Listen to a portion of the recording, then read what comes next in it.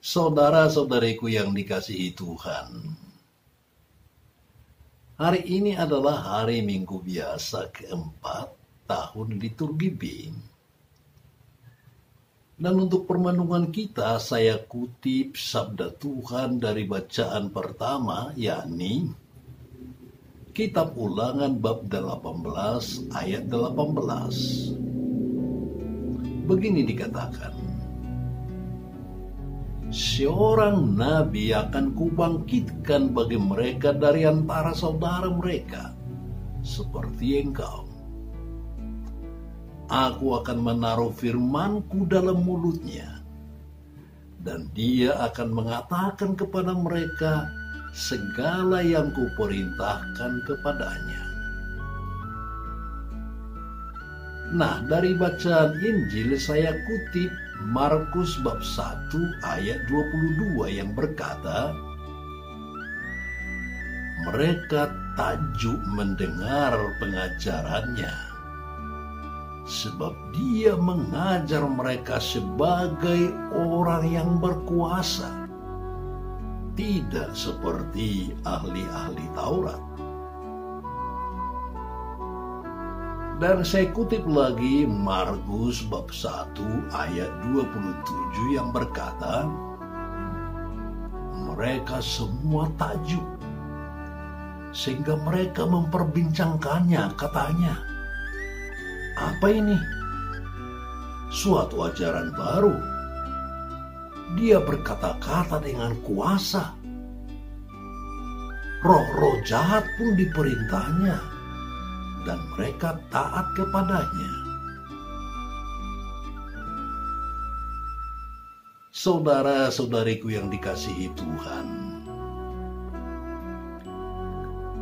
dalam perjanjian lama, Allah menyuruh nabi-nabi kepada bangsa Israel, supaya nabi-nabi itu atas nama dan kuasa Allah dapat berbicara kepada bangsa itu. Para nabi itu menjelaskan apa yang tidak baik atau masih kurang bagus, dan sekaligus menunjukkan jalan keluar dari keadaan yang buruk itu. Nah, nabi yang pertama dan paling penting ialah Musa. Dia menjadi contoh bagi semua nabi lain, sebab dia langsung bertemu dengan Allah di Gunung Horeb di Sinai. Dialah yang atas kuasa Allah membebaskan Israel dari perbudakan Mesir. Dia memberi petunjuk kepada bangsa Israel yang kemudian menjadi kitab Taurat dan menjadi dasar hidup keagamaan bangsa itu. Sesuai dengan nubuat Musa, Allah selalu mengutus nabinya kepada bangsa Israel. Seperti misalnya Nabi Yesaya, Nabi Yeremia, Nabi Yehezkiel, dan banyak nabi lain.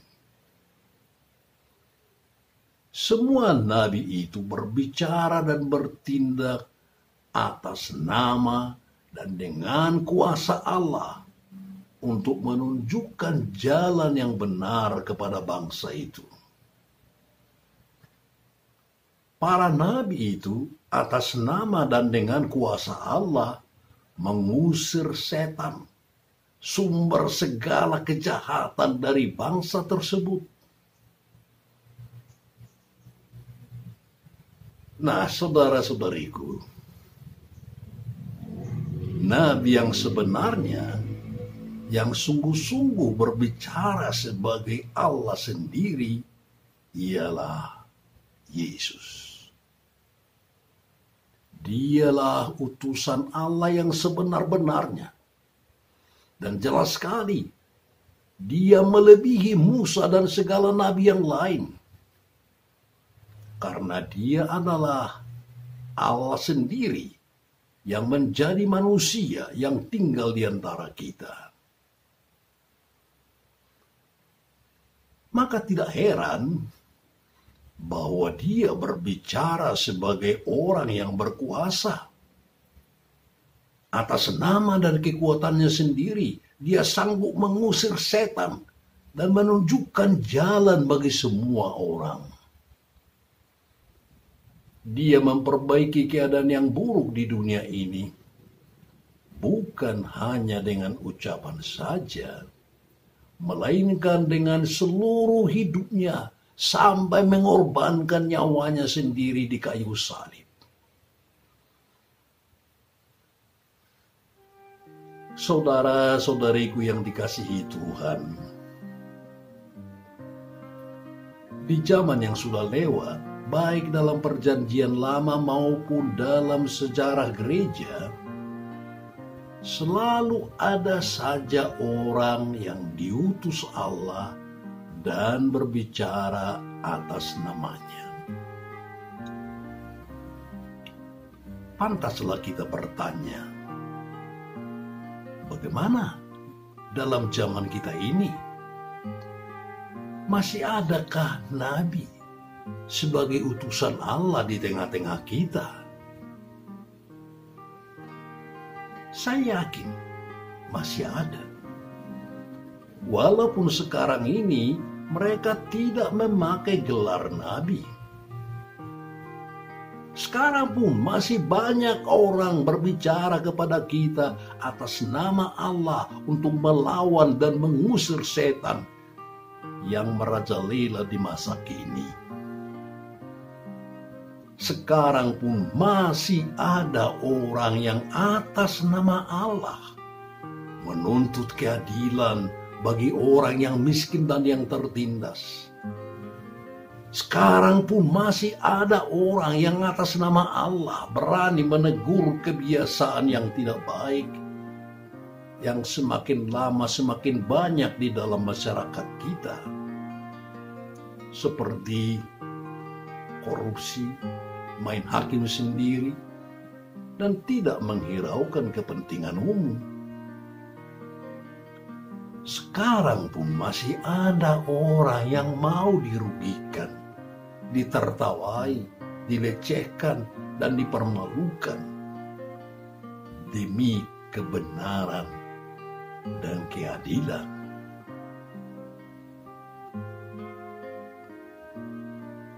Sebetulnya saudara-saudariku, kita semua adalah nabi. Sebab sejak kita dibaptis, kita telah menjadi utusan Allah di tengah masyarakat kita. Kita semua bertugas dan bertindak atas nama Allah. Semua kita harus melawan dan mengusir setan yang selalu muncul dalam berbagai bentuk, mempengaruhi masyarakat dan umat kita, dan mencoba meruntuhkannya. Slogan kita seharusnya pantang mundur, maju terus dengan kuasa Allah. Yesus adalah andalan kita. Pace e bene.